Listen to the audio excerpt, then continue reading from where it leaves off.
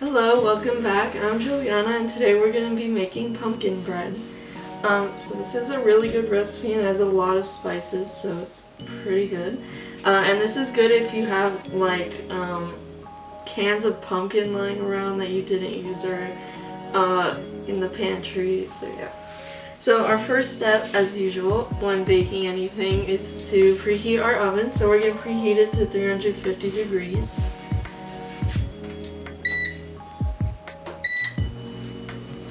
And while that's going, we're going to make our batter. So, the first thing we're going to do is cream together our sugars and butter. You may want to soften your butter a little bit just so it's easier to mix. So here I have half a cup of white sugar and 2/3 cup packed brown sugar. And then a 1/3 cup of unsalted butter. And you can like break it into pieces, whatever. Whisk and then obviously mash it all together. This might be difficult at first because the butter is still kind of hard, but it'll get easier once you mash it all in there.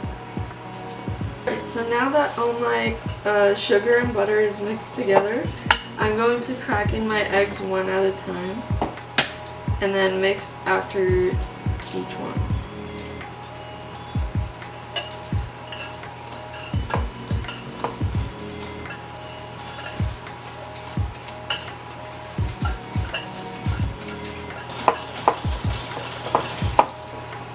Okay, so now we have our eggs mixed in, and now we are in a separate bowl.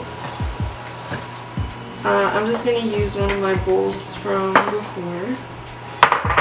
We are going to mix our pumpkin puree and buttermilk.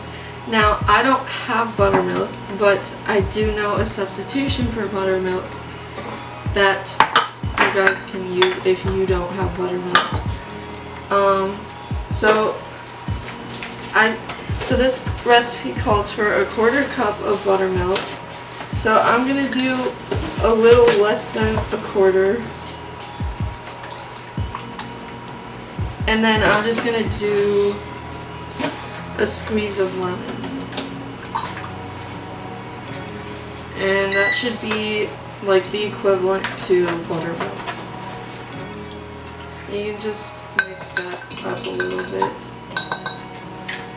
Okay, so we're gonna pour our pumpkin puree. You need a full can.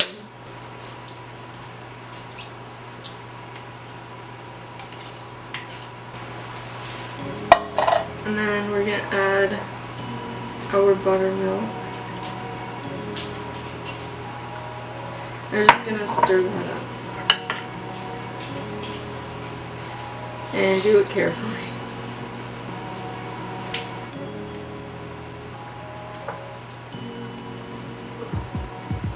Alright, so now we have our pumpkin puree and our buttermilk mixed, and we're just going to add this into the rest of our wet ingredients.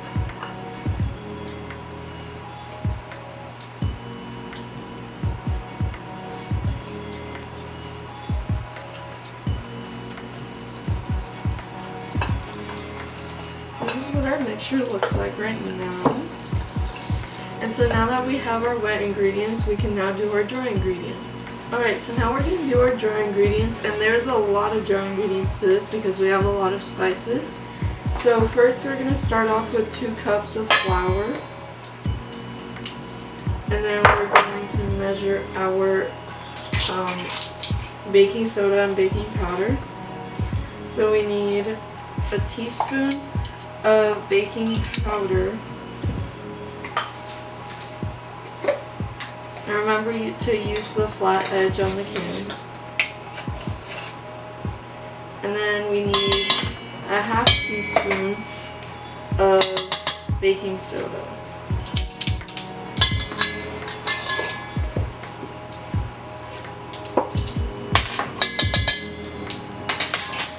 Alright, and then now we're going to add in all of our spices. So now we need a teaspoon of salt, but I usually do a bit less than that, just because I feel like it makes it too salty.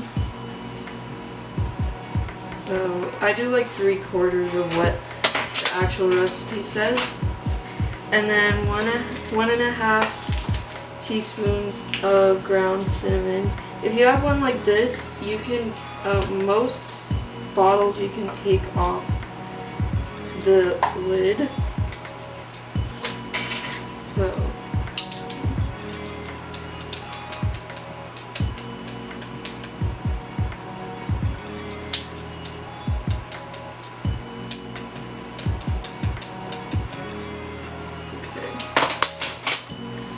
and then we need 1 teaspoon of ground ginger,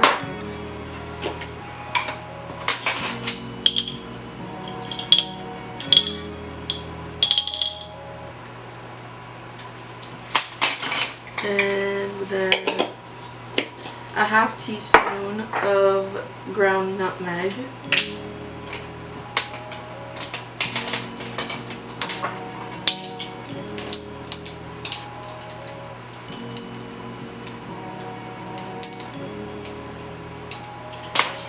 Finally, we need a pinch of cloves. If you don't have cloves, that's fine because it's just a pinch.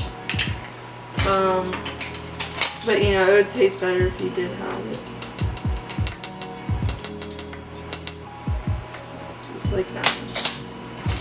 Okay, and then we're going to whisk all of this together.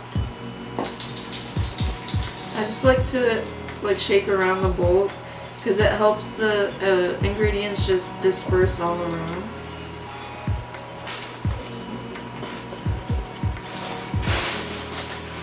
Okay, so now we have our dry ingredients, and like all recipes, we're going to incorporate the dry into the wet ingredients. Alright, so I typically add the dry ingredients into the wet because for me it makes more sense. So we're just gonna slowly incorporate it and mix after each one.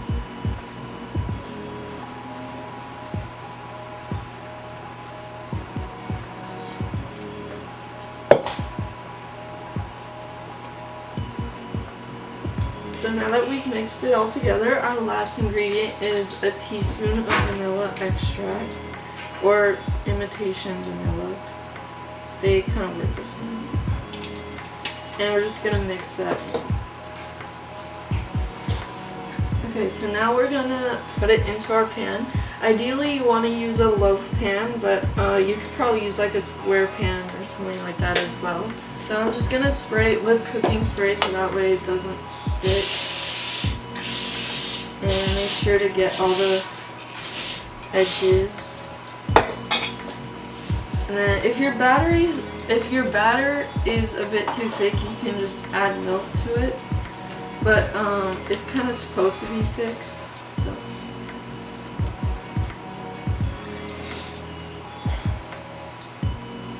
And I'm using a spatula to get all the remaining batter.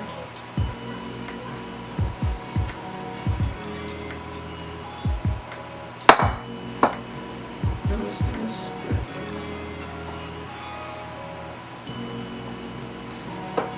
Alright, and I'm just gonna tap it to get any air out.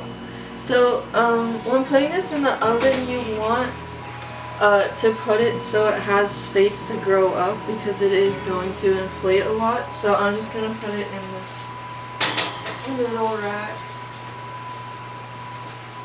So we're just going to bake this for about 1 hour and 10 minutes, and it might be more or less depending on your oven, so just check it with a toothpick, and if the toothpick comes out clean, then you know it's ready. So yeah, I'll see you when it's done baking. Alright, so as you can see, our pumpkin bread is nice and baked, and it rose quite a bit. And that's it. I hope you enjoyed, and I'll see you next time. Bye!